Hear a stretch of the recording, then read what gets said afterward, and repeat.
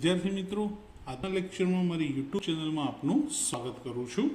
આજનો લેક્ચર છે આપણો ધોરણ 12 કોમર્સ આંકડાશાસ્ત્ર ભાગ 2, જેમાં ચેપ્ટર નંબર 5 વિકલન ચાલી રહ્યું છે. આગળના લેક્ચર્સમાં મેં સ્વાધ્યાય 5.1 પૂરું કર્યું.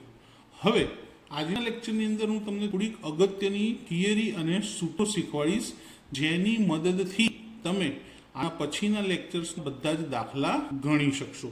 તો સૌથી પહેલા વિકલન માટેના કાર્ય નિયમો આવડવા જોઈએ. 4 કાર્ય નિયમ છે. કેટલા કાર્ય નિયમો છે? 4. જેમાં સૌથી પહેલો કાર્ય નિયમ છે કે જો y એટલે કે વિધેય બરાબર u પ્લસ માઇનસ v હોય, એટલે કે સરવાળા અને બાદબાકીનો કાર્ય નિયમ છે કે બે પદની વચ્ચે સરવાળો અથવા બાદબાકી હોય તો તમારે શું કરવું જોઈએ. તો સૌથી પહેલા આપને જે y આપ્યો છે એ y નું વિકલન કરીએ તો શું થાય? dy upon dx. y નું વિકલન શું થશે? dy upon dx is equal. એ જ રીતે u નું વિકલન શું થશે? du upon dx. વચ્ચે પ્લસ પણ હોઈ શકે અથવા માઇનસ પણ હોઈ શકે. અને v નું વિકલન dv upon dx, એટલે કે બંને પદનું અલગ અલગ વિકલન કરવાનું રહેશે. વચ્ચે પ્લસ અથવા માઇનસ જે હોય એ મૂકી દેવાના. સરળ માટેનો કાર્ય નિયમ ખૂબ જ સરળ છે કે દરેક પદનું અલગ અલગ તમારે વિકલન કરવાનું. હવે બીજો કાર્ય નિયમ કે જો y બરાબર u ઇન્ટુ v હોય, એટલે કે ગુણાકાર માટેનું, કે બે પદની વચ્ચે ગુણાકારની નિશાની હોય તો તેનું વિકલન કેવી રીતે શોધાય? તો એના માટે સૂત્ર છે. સૌથી પહેલા y નું વિકલન તો એ જ રહેશે, dy upon dx બરાબર u ઇન્ટુ v આપ્યો એટલે બે પદ હશે અથવા તો બે બ્રેકેટ આપેલા હશે. પહેલા બ્રેકેટ u ધારી લેવાનો અને બીજા બ્રેકેટને v ધારવાનો. અને એનું સૂત્ર આવશે કે u into dv upon dx, વચ્ચે પ્લસની નિશાની, કારણ કે ગુણાકાર પ્લસ સાથે સંકળાયેલું છે. અને જે તે u into dv upon dx કર્યું એ જ રીતે u ને બદલે હવે v લેવાનું અને અહીંયા v ને બદલે u લેવાના, કે u into dv upon dx plus v into du upon dx. તો આ સૂત્ર ખાસ યાદ રાખવું. બે અલગ અલગ પદ આપ્યા હશે, પહેલાને u બીજાને v ધારવું અને બંનેના વિકલન શોધ્યા પછી આ સૂત્ર એપ્લાય કરાય. તો u into dv upon dx plus v into du upon dx. તે જ રીતે ત્રીજો કાર્ય નિયમ y બરાબર u upon v, એટલે કે ભાગાકાર કહેવાય. અને આનો એક બીજો નિયમ છે કે v નોટ ઇક્વલ 0, છેદ ક્યારેય 0 હોવો જોઈએ નહીં. કારણ કે જો v ની જગ્યાએ 0 આવે તો પદ અવ્યાખ્યાયિત થઈ જાય, તેની ગણતરી આપણે કરી શકતા નથી. તો આ સૂત્ર ગુણાકાર કરતાં થોડુંક વધારે ટફ છે, કારણ કે જેમ જેમ આગળ જઈએ છીએ તેમ તેમ નિયમ બદલાતા જાય છે અને સૂત્ર એના થોડા તકલીફ આવતા જાય છે. તો અહીંયા આગળ પણ સૌથી પહેલા y નું વિકલન જો આપણે કરીએ તો શું મળશે? dy upon dx. તો સૌથી પહેલા લખી દઈએ dy upon dx. અહીંયા આગળ પણ જે રીતે અહીંયા ગુણાકારમાં કર્યું હતું એ જ રીતે કરવાનું છે, પણ પહેલા આ પદ લઈશું અને પછી આ પદ, અને પ્લસના બદલે ભાગાકારના લીધે શું આવશે? માઇનસ. જો સૌથી પહેલા શું આવશે આપણી પાસે?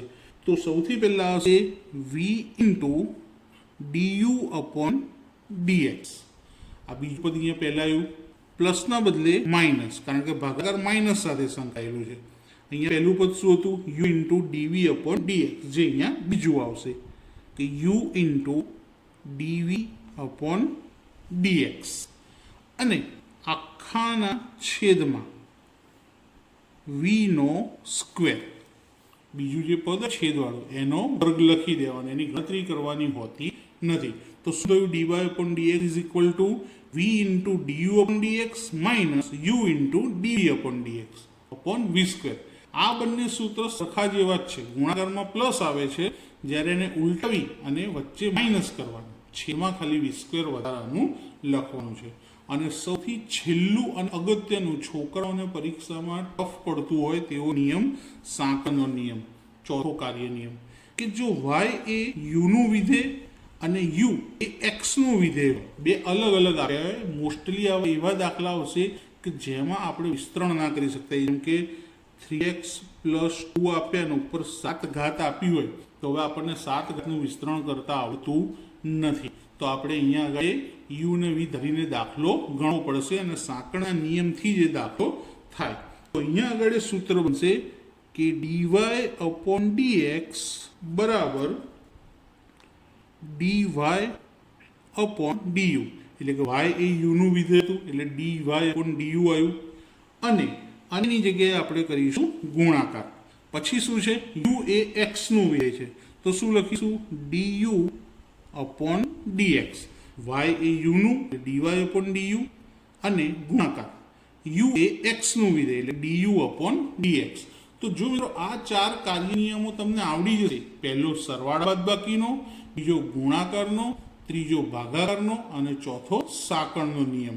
આ ચારે ચાર કાર્ય નિયમો આવડશે તો તમને આની આગળના દાખલા ખૂબ જ સરળતાથી ગણી શકશો.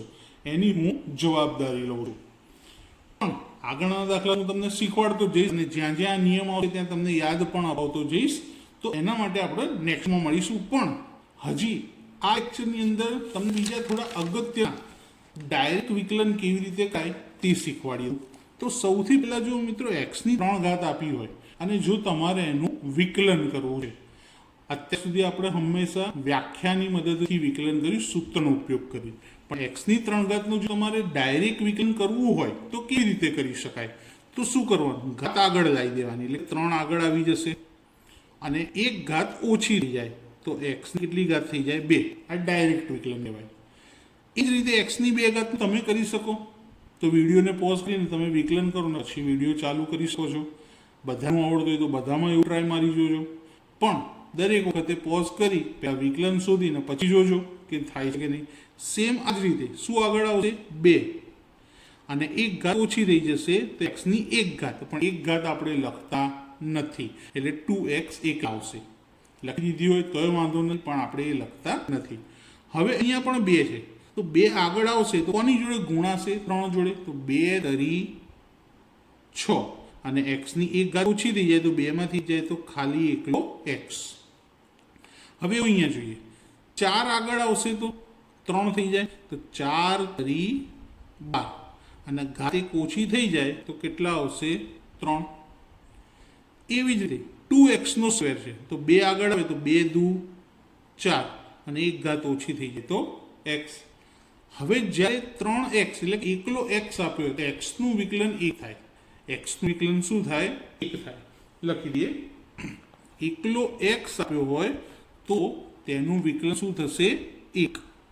તો અહીંયા આગળ 3x છે તો x નું વિકલન 1 તો 1 તરી 3 -2 અચળ સંખ્યા છે એટલે એનું વિકલન શું થાય 0.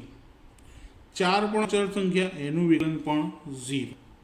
1/5 પણ અચળ સંખ્યા કહેવાય એટલે એનું વિકલન 0. આ ત્રણેયમાં કોઈ ચલ નહોતો, x કે એવું કશું હતું નહીં એટલે અચળથી માટે એના વિકલન શું થઈ ગયા 0.